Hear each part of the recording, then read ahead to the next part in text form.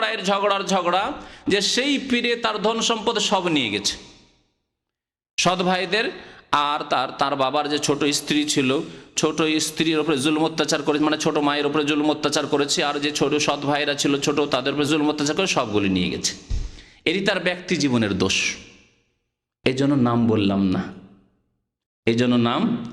বললাম না, কিন্তু ধর্মীয় ব্যাপার, কারণ এই ক্ষেত্রে আপনি ওর কাছ থেকে এটা নেবেন না যে ও সৎ ভাইয়ের উপরে জুলুম করেছে আমি জুলুম করব, ও সৎ মায়ের উপরে জুলুম করেছে আমি জুলুম করবো, এটা তার কাছ থেকে নেবেন না আপনি। কারণ আপনি জানেন যেগুলি হারাম কাজ। পীরে করুক আর আলেমে করুক আর হুজুরে করুক আর যেই করুক সেই করুক, হারাম কাজ।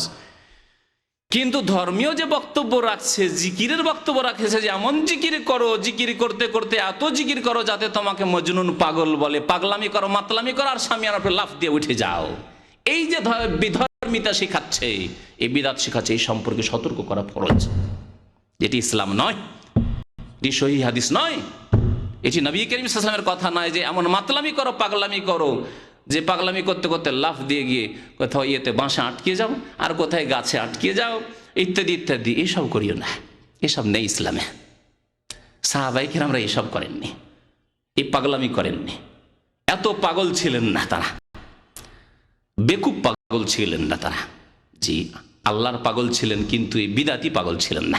নবীর তরিকা বাদ দিয়ে এসব পাগলামি করবে তারা, এইসব কাজ করেননি তারা। শুধু আমাদের জন্য আদর্শ সাহাবায়ে কেরাম এবং আম্বিয়ায়ে কেরাম। শুনে রাখুন ভালো করে, আল্লাহ পাক রব্বুল আলামিন আম্বিয়ায়ে কেরামদের অনুসরণ করতে বলেছেন। সূরা আনআমে আল্লাহ বলছেন উলাইকাল্লাযীনা হাদাল্লাহ, আল্লাহ এদেরকেই সঠিক পথ দেখিয়েছেন, ফাবিহুদাহু মুক্তাদে, তাদের অনুসরণ করো, তাদের ইক্তিদা করো।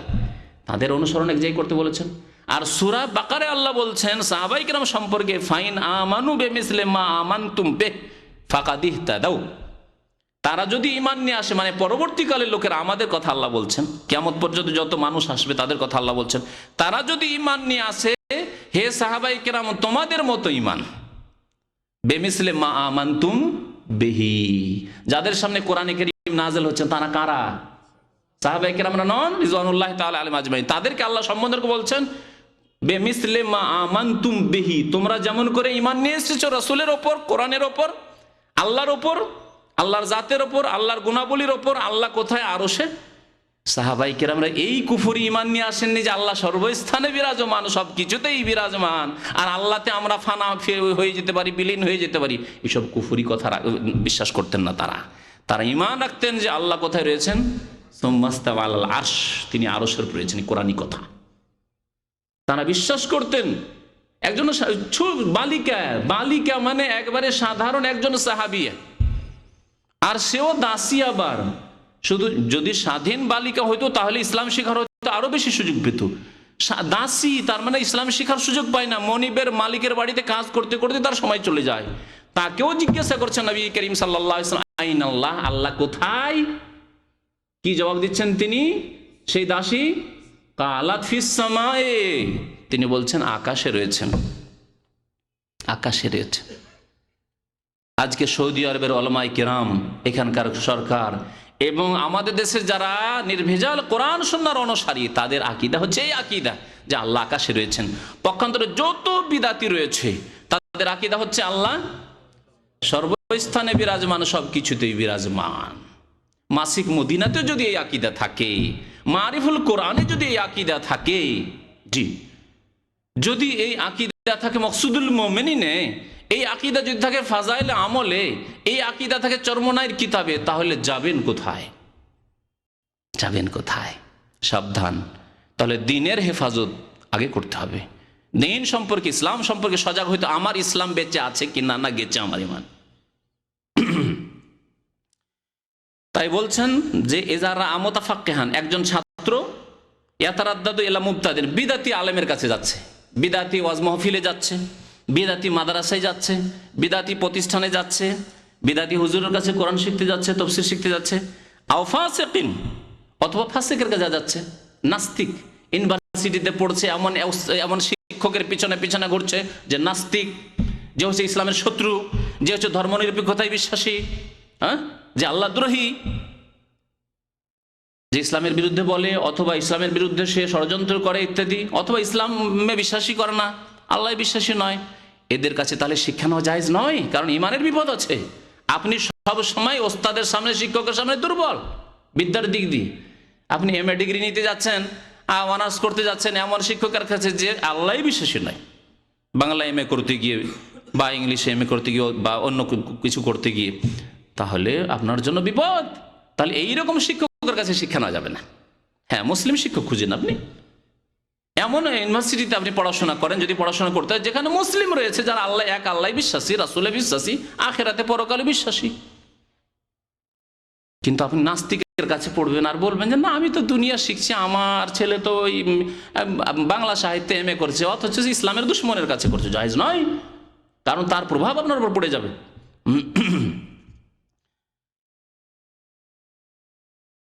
ইয়াখুযু আনহুল ইলম, তার কাছ থেকে ইলম শিখে, ওয়া খাফা আন ইয়াতাযাররাল মুতাফাক্কিহ, আশঙ্কা হচ্ছে যে গোমরাহ করে দিবে কে। এরা যদি ওয়াজ মাহফিলে বিদাতীদের যায়, পীরদের যায়, তাহলে পথভ্রষ্ট হয়ে যাবে। ফাআলাইহি নাসিয়াতু বিবায়ানি হালিহি, তার অবস্থা বর্ণনা করে দিতে হবে। তার হিতাকাঙ্ক্ষী হওয়া হচ্ছে তার অবস্থা বর্ণনা করা যায়। দেখো তোমার এই যে পীরের কাছে যাচ্ছ, তুমি যে আলেমের কাছে যাচ্ছ, এরা হচ্ছে বিদাতি, এদের ম্যাগাজিন পত্রিকা বিদাতি, এদের লিখা তাফসীর বিদাতি, এদের ব্যাখ্যা ইসলামের ব্যাখ্যা হচ্ছে বিদাতি ব্যাখ্যা, বলে দিতে হবে। একটি শর্তের সাথে, আন ইয়াকসিদা আন-নাসিহা, উদ্দেশ্য হচ্ছে সংশোধন করা আর হিতাকাঙ্ক্ষী হওয়া। শত্রুতা, ব্যক্তি শত্রুতা যাতে না থাকে। আমার মধ্যে ব্যক্তি শত্রুতা, আক্রোশ কিছু নেই। পার্থিব আমার জমি জায়গা নেই, তার সাথে ঝগড়া নেই। পদ নিয়ে ঝগড়া নেই, নেতৃত্ব নিয়ে ঝগড়া নেই, কোনো টাকা পয়সা নেই, দুনিয়ার স্বার্থ নেই, কোনো ঝগড়া বিবাদ নেই। কারণ ঝগড়া বিবাদ থাকলে হয়তো বেশি করে কথা বলে দিতে পারি, এইরকম হতে পারে। এইরকম হইতে হবে, অন্তর পরিষ্কার হইতে হবে যে আল্লাহ সন্তুষ্টের জন্য বলছি।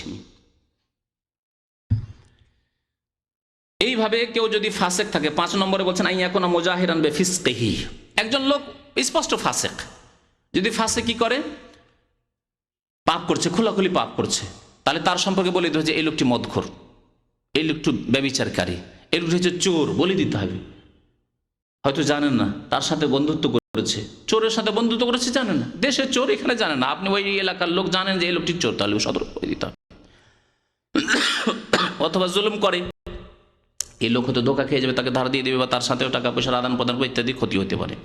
6 নম্বরে সংক্ষেপে শেষ করি, 6 নম্বরে হচ্ছে গীবত করা পরিচিতির জন্য, পরিচয় দেওয়ার জন্য। বললেন যে তরিকুল ইসলাম, তরিকুল ইসলাম 3-4টা আছে, দাম আমি চিনতে পারছি কোন তরিকুল ইসলাম। তখন একজন তরিকুল ইসলাম, তার মধ্যে কানা আছে, বলবেন যে ওই যে কানা তরিকুল ইসলাম আছে, আইব হলো না, দোষ বলা হলো না। বা অত খোড়া আছে, ল্যাংড়া, বলছে ওই যে অমুক ল্যাংড়া, অমুক খোড়া, খোড়া তরিকুল ইসলাম, খোড়া আবদুল্লাহ, বলা যাবে না, বলা যাবে না। হ্যাঁ, এইরকমভাবে পরিচয় দেওয়ার জন্য বলা যাবে, কিন্তু এই পরিচয় না দিয়েও যদি চিনিয়ে দিতে পারেন তাহলে যথেষ্ট। অমুক ডিস্ট্রিক্টের বললেন, হয়তো পাবনার বললেন, ঢাকার বললেন, যে ওতে চিনে নিল, যা যথেষ্ট। যদি না চিনতে পারে তাহলে বলা যাবে যে খোড়া বলা যাবে, কানা বলা যাবে, বন্ধ বলা যাবে, হাত ভাঙা বলা যাবে, ইত্যাদি, টুন্ডা বলা যাবে, পরিচয় দেওয়ার জন্য বলা যাবে। আত-তারিফ, ফাইদা কানাল ইনসানু মারুফান বিলাকাবিন, যেমন আমাস, মুহাদ্দিসিনদের মধ্যে একজন আমাস ছিলেন, তার চোখ উঠেছিল, হ্যাঁ, কানা। আরাজ, খোড়া। আসাম মানে বধির, কানে শুনতো না, বইরা। ওয়াল আমা, চোখের অন্ধ। ওয়াল আহওয়াল, টেরা, টেরা বুঝেন না, ব্যাখ্যা হয়ে দেখে, আহওয়াল জাযা তারিফ বিযালিকা। ইমাম নববী রাহমাতুল্লাহ বলছেন যে জায়েজ আছে, যে কাকে বলে টেরাকে টেরা বলবেন, হাত নাই টুন্ডা বলবেন, পরিচয় দেওয়ার জন্য, যদি লোকে চিনতে না পারে। ফাহাযিহি সিত্তাতু আসবাবিন, এই 6টি কারণে গীবত করা যাবে। যাকারাহাল উলামা, ও উলামায়ে কেরামরা তা উল্লেখ করেছেন কিতাবে। ওয়া আকসারুহা মুজমাউন আলাইহি, আর প্রায়গুলির উপরে ইজমা রয়েছে, ইখতিলাফ নেই। তারপরে দলিল দিয়েছেন, কয়েকটি দলিল পেশ করেছেন। নবী করিম সাল্লাল্লাহু আলাইহি ওয়াসাল্লামের জামানায় এরকম ঘটনা ঘটেছে। ফাতেমা বিনতে কায়েস রাদিয়াল্লাহু তাআলা আনহা, তাকে পয়গাম দিয়েছিল আবু জাহাম এবং মুয়াবিয়া। নবী করিম সাল্লাল্লাহু আলাইহি ওয়াসাল্লাম বলেন যে আবু জাহাম পরামর্শ নিতে এসেছেন ওই মহিলা ফাতেমা বিনতে কায়েস। নবী সাল্লাল্লাহু আলাইহি ওয়াসাল্লাম বলেন যে আবু জাহাম ফালা ইয়াযাউ আসাওয়ান আতিকিহি, এত স্ত্রী মার, এর আগে বিয়ে করেছে, খুব মারতো স্ত্রীকে। নবী সাল্লাল্লাহু আলাইহি ওয়াসাল্লাম বলেন যে দেখো, আবু জাহাম নিজের কাঁধ থেকে লাঠি রাখেন না, সবসময় লাঠি নিয়েই থাকে, বিয়ে করলে মারতে শুরু করবে বাড়ি নিয়ে গিয়ে। এই এক দোষ। মুয়াবিয়া, যিনি, আল্লাহু আকবার, আল্লাহ কি করতে পারেন, যেই মুয়াবিয়াকে আল্লাহ পাক রব্বুল আলামিন রাষ্ট্রপ্রধান খলিফাতুল মুসলিমিন বানিয়ে দেন, সেই মুয়াবিয়া, আল্লাহর নবী যখন এই ঘটনা বলেন হিজরতের প্রথম দিকে, বলছেন ফাসলুকুন লা মাল, ওকে বিয়ে করবে, ও তো ফকির, ওর বাড়িতে কিছুই নেই, খাবার নেই, কি খাওয়াবে তোমাকে? আল্লাহ কোথায় পৌঁছে দিতে পারেন মানুষকে। সলুকুল্লাহ আমাল, ওর কাছে পয়সা নেই, তাহলে কাকে বিয়ে করবে? ওয়ালাকিন ইনকেহি ওসামা, যাও ওসামা যে আছে যায়েদ বিন হারেসার ছেলে, আমার নাতি, ওই যে নবী সাল্লাল্লাহু আলাইহি সাল্লাম যে ছেলে বানিয়েছিলেন ওই যায়েদ বিন হারেসা, তার ছেলে, তাকে বিয়ে করে নাও। ওসামায় দেখতে পারে কালো চুকচুকি আফ্রিকানদের মতো। ফাতেমা বলছে আমার রুচি হচ্ছিল না বিয়ে করার জন্য, রুচি হচ্ছে না। বারবার নবী সাল্লাল্লাহু বলছেন না তুমি ওসামাকে বিয়ে করো, ওসামাকে বিয়ে করো। ভাবলাম যে আল্লাহ নবীর কথা, একদিকে কালো রুচি হয় না, আরেকদিকে নবীর কথা, কোনটা নি, এই চিন্তায় পরেশান। তারপর বলছেন যে চিন্তা করলাম যা কালো কালো যা আছে আল্লাহ নবী বলছেন, আমি কবুল করে নিলাম। ইয়া রাসূলুল্লাহ বিয়ে পড়িয়ে দেন, আমি ওসামাকে বিয়ে করবো, ঠিক আছে। ফাজালা ফিহি খায়রান কাসীরান, আল্লাহ আমাকে তাতে অনেক মঙ্গল দান করলেন। সুবহানাল্লাহ। নবীর উপদেশ মোতাবেক চললে দুনিয়া আখিরাত সব ক্ষেত্রে ফায়দা রয়েছে, সব ক্ষেত্রে ফায়দা রয়েছে। ওয়ামান ইউতিল্লাহ ওয়া রাসূলাহু ফাকাদ ফাজা ফাওজান আযীমা, যারা আল্লাহ এবং রাসূলের আনুগত্য করবে, রাসূলের কথা মানবে, সেই ব্যক্তি দুনিয়া আখিরাত সব সময় বড় কামিয়াব হবে, সফলতা হাসিল করবে। আল্লাহ যেন আমাদেরকে তৌফিক দান করেন, নবী করিম সাল্লাল্লাহু আলাইহি ওয়াসাল্লামের তরিকায় চলার যেন তৌফিক দান করেন, সুন্নত মোতাবেক আমাদেরকে চলার তৌফিক দান করেন, বিদআত থেকে আমাদেরকে বেঁচে থাকার যেন তৌফিক দান করেন। আল্লাহ রাব্বুল আলামিন আমাদের গুনাহ খাতা যেন মাফ করে দেন। আল্লাহ পাক রব্বুল আলামিন আমাদেরকে দ্বীনের খেদমতে যেন তৌফিক দান করেন, ব্যক্তি স্বার্থের ঊর্ধ্বে আমাদেরকে চলার যেন তৌফিক দান করেন, ব্যক্তি স্বার্থের ওপরে যেন ইসলামের স্বার্থকে, ঈমানের স্বার্থকে, দ্বীনের স্বার্থকে রাখার তৌফিক দান করেন। আল্লাহ আমাদের সবার অন্তরে যেন ইখলাস দান করেন। আমাদের যেসব ভাইরা অসুস্থ রয়েছেন তাদেরকে সুস্থতা দান করেন, যেসব ভাইদের আত্মীয় স্বজন অসুস্থ রয়েছে, বালা মুসিবত বিপদে রয়েছে, আল্লাহ যেন বালা মুসিবত বিপদ আপদ দূর করে দেন। যারা ইন্তেকাল করেছেন আল্লাহ তাদেরকে যেন জান্নাতবাসী করেন। যেসব ভাইরা হজ করেছেন তাদের হজ যেন কবুল করেন। যেসব ভাইরা হজ এখনও করতে পারেন আল্লাহ যেন তাদেরকে হজ ফরজ আদায় করার তৌফিক দান করেন। আল্লাহ আমাদেরকে 5 ওয়াক্ত নামাজ কায়েম করার তৌফিক দান করেন। বিশেষ করে ফজর নামাজ আমাদেরকে জামাত সহকারে আল্লাহ কায়েম করার তৌফিক যেন দান করেন। হারাম থেকে, পাপ থেকে, অন্যায় কাজ থেকে বেঁচে থাকার আল্লাহ যেন তৌফিক দান করেন। আল্লাহ দুনিয়াতেও সুখী করেন, আখিরাতেও যেন সুখী করেন, জাহান্নামের আযাব থেকে যেন মুক্তি দান করেন। রব্বানা আতিনা ফিদ দুনিয়া হাসানা ওয়া ফিল আখিরাতি হাসানা ওয়া কিনা আযাবান নার। সাল্লাল্লাহু আলা নবিয়িনা মুহাম্মদ ওয়া আলা আলিহি ওয়া সাহবিহি আজমাইন।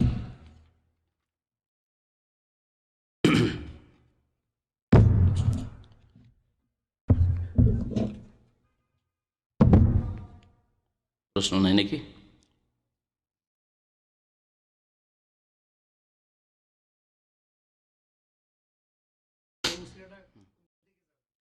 ওসিলা মানে নৈকট্য, ওসিলার অপব্যাখ্যা করে। দেখেন ইহুদি খ্রিস্টানরা তাদের ধর্মকেই পরিবর্তন করে বিকৃত করে দিয়েছে, আর বিদাতি আলেমরা কোরআন এবং হাদিসের অপব্যাখ্যা করেছে জনসাধারণকে কানাকা হাইকোর্ট দেখাবার জন্য। কানাকা হাইকোর্ট দেখিয়েছে, কথা বুঝতে পেরেছেন? গুমরাহ করেছে এদেরকে। আল্লাহ বলছেন ইয়া আইয়ুহাল্লাযীনা আমানুত্তাকুল্লাহ, হে ঈমানদার মানুষেরা আল্লাহকে ভয় করো আর আল্লাহর নৈকট্য সন্ধান করো। ওসিলা মানে আল কুরবা, আরবি ভাষার পণ্ডিতরা ওসিলা মানে আল কুরবা বলেছেন। যে কোনো ডিকশনারি কিতাব খোলেন, তফসিরের মধ্যে হাদিস দিয়ে তফসির হচ্ছে, ইবনে কাসির বাংলায় অনুবাদ হয়ে গেছে বাংলাদেশে, তা পড়ে দেখুন। যদি তাদের ধোঁকাবাজিকে যাচাই করতে চান তাহলে তফসির ইবনে কাসির পড়ুন, যার সম্পর্কে কোনো দ্বিমত না। আজকে থেকে 700-800 বছর আগে তফসির লেখা হয়েছে, তফসির ইবনে কাসির আরবিতে লেখা হয়েছে। তফসির ইবনে কাসিরে রয়েছে আল কুরবাহ, আল্লাহর নৈকট্য সন্ধান করো। এখানে কি পীর সন্ধান করো? পীর কি নৈকট্য নাকি?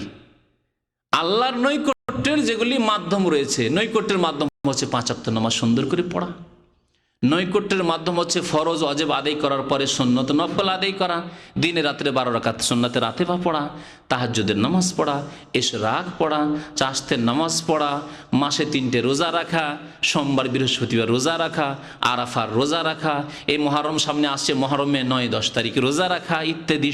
এগুলি হচ্ছে এইভাবে জাকাত দেওয়া, দান খেরাত করা, বেশি বেশি দান খেরাত করা, মসজিদ কায়েম করা, মাদ্রাসার খেদমত করা, ইসলামিক শিক্ষার, ইসলামী দাওয়াতের খেদমত করা, এগুলি সব হচ্ছে আল্লাহর নৈকট্য লাভ। তারপর আল্লাহর নৈকট্য লাভের মধ্যে মানুষের হক, মাতা পিতার হক আদায় করা, মাতা পিতার খোঁজ খবর নেওয়া, মাতা পিতার চিকিৎসা করা, মাতা পিতার খরচ বহন করা। আপনার অন্য ভাইরা দেয় না, আপনি কখনোই কথা বলবেন না আমার অন্য ভাই দেয় না আমি কেন দেবো। আপনি আল্লাহর নৈকট্য লাভ করবেন আপনার মা বাবার খেদমত করে, সে অন্য করলো না আপনার ভাইরা, সেটা কেন দেখবেন আপনি? এইভাবে নৈকট্য লাভ করা। নৈকট্য লাভ মানে পীর ধরা নয়। নৈকট্য লাভ মানে আল্লাহ শ্রীর কথা বলেছে ইন্নাল্লাযীনা আমানু ওয়া আমিলুস সালিহাত, ঈমান সুন্দর করা আর নেক আমল করা, সৎকর্মশীল হওয়া, সৎকর্মশীল হন, এই হচ্ছে আল্লাহর নৈকট্য লাভ করা। ওয়াবতাগু ইলাইহিল ওয়াসিলা। আর এর জন্য আল্লাহ বলছেন ওয়াজাহিদু ফি সাবিলিহি, প্রচেষ্টা চালাও। তাহলে মেহনত লাগবে, আপনাকে তাহাজ্জুদের জন্য উঠতে কষ্ট লাগবে, মেহনত লাগবে। ফজরে ঘুম ভাঙাইতে, আপনার কম্বলের তলা থেকে ফজরে জাগতে বড়ই কষ্ট লাগবে। অ্যালার্ম বাজছে, বিরক্ত করছে, আপনি বন্ধ করে দিচ্ছেন, আবার শুয়েছেন, না দূরে রাখেন, কষ্ট লাগছে। জি, রোজা রাখতে কষ্ট লাগছে, কিসে কষ্ট লাগে না? পকেট থেকে বেশি পয়সা দিতে অনেক সময় বখিলি চিন্তা না চলে আসছে, অনেক সময় চিন্তা করছেন টাকা পয়সা এত দান করে দেবো, তা ছেলে মেয়ে আছে, ভবিষ্যৎ বিয়ে শাদী ইত্যাদি আছে, এইসব চিন্তা আসছে না, ওর বিরুদ্ধে জেহাদ করতে হবে, জাহিদু ফি সাবিলিহি, এক্ষেত্রে প্রচেষ্টা চালাইতে হবে। তো এইভাবে আল্লাহ পাক রব্বুল আলামিনের নৈকট্য লাভ করতে হবে। আর এর মানে ওসিলা মানে কোনো ব্যক্তি ধরা নয়, না কোনো আলেম ধরা আর না কোনো পীর ধরা। জি, নবীর তরিকায় চলা আর ঈমান এবং সৎ আমল করা, এই হচ্ছে ওসিলা।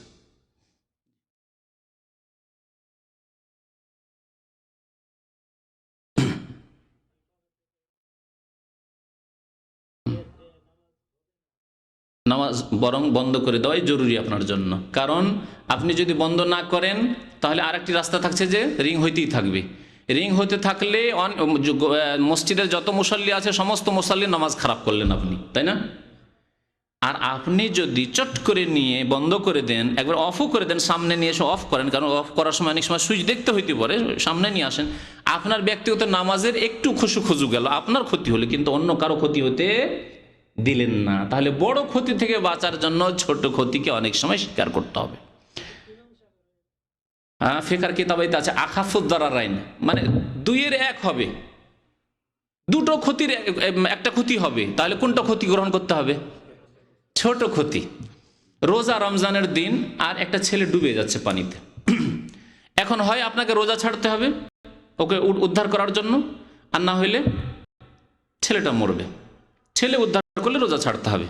ক্ষতি তো দুই দিকে, এদিকে রোজা নষ্ট হোক ক্ষতি, রমজানের দিন রোজা ছেড়ে দেবো, আর ওইদিকে ছেলেটাকে বাঁচানো ওটাও জরুরি। না বাঁচাইলে খুব বড় ক্ষতি হয়ে যাবে। কোনটা বড় ক্ষতি? ছেলেটা চলে যাবে। আর রোজা আপনি কাজা করতে পারেন, কিন্তু ছেলেটাকে আর পাওয়া যাবে না, মরে গেলে, পানি খেয়ে ডুবে মরে গেলে। আখাফুদ দারারাইন একে বলা হয়েছে, আখাফুদ দারারাইন, দুই ক্ষতির হালকা ক্ষতিটাকে বরণ করতে হবে। বহু মাসলা মাসাইলের ক্ষেত্রে এই সমস্যা আসবে, এটা আসবে। আজকে এক মাসলা এসছে আমার কাছে টেলিফোনে, ওই ভাই হয়তো আসছেন কিনা, শুক্রবার করে আসেন, বলছে তার দুষ্ট শয়তান মুদির এসে বলছে, আল্লাহু আকবার, এত ফাসেক মুদির হয়, ইসলাম দ্রোহী মুদির, সে বলছে যে তুই দাড়ি রাখতে পারবি না। তো বলছে আমি দাড়ি রাখবো না, তাহলে চলে যাব। তো বলছে যে রাখলে ছোট করে রাখ, হয় দাড়ি এক্ষুনি মন্ডন করে আয়, আর না হলে ছোট করে আয়। এখন কি করবে সে? কি করবে সে? প্রথম মাসলা হচ্ছে যে সে যদি চলে যেতে পারে, ঋণ মুক্ত হয়ে যেতে পারে, আর আলহামদুলিল্লাহ আল্লাহর তাওয়াক্কুল করতে পারে, আল্লাহর সন্তুষ্টির জন্য যদি এই রিজিক ছেড়ে দেয়, আল্লাহ ওর চাইতে ভালো আল্লাহ ব্যবস্থা দেবেন। এই ঈমান ইয়াকিন যদি মজবুত থাকে তাহলে চলে যাক, আর ঋণ মুক্ত হয়ে গেছে, কারণ 1.5-2 লাখ টাকা হয়তো খরচ করে এসছে সে, ঋণ মুক্ত, ঋণের বোঝা আছে, দেশে গিয়ে ঋণ আমার পরিশোধ করার কোনো উপায় নেই, ভিটে মাটি বিক্রি করে দিতে হবে, এই অবস্থা অনেকের এরকম আছে। তাহলে তাকে আখাফুদ দারারাইন, একটা হচ্ছে মুন্ডন করা, এটা হচ্ছে বেশি ক্ষতি, একটা হচ্ছে একটু দাড়ি ছোট করা। তাহলে আপাতত হালকা ক্ষতিটাকে বরণ করে নিয়ে 2-4 মাস থেকে আমার ঋণটা কোন রকম পরিশোধ করি, তারপরে এই শয়তানকে মাস সালাম, ইসলামিক সালাম নয়, মানে ওর ছাড়ো, একে ছেড়ে তালাক দিয়ে যাও, তাই না? কথা হচ্ছে যে এইরকম শরীয়তে বহু মাসলা মাসাইল আসবে, যেসব কাওয়ায়েদ রয়েছে ফিকার, তো এইরকমই আপনার এই ব্যাপারটি। জি, মোবাইল অবশ্যই বন্ধ করে দিতে হবে। জি,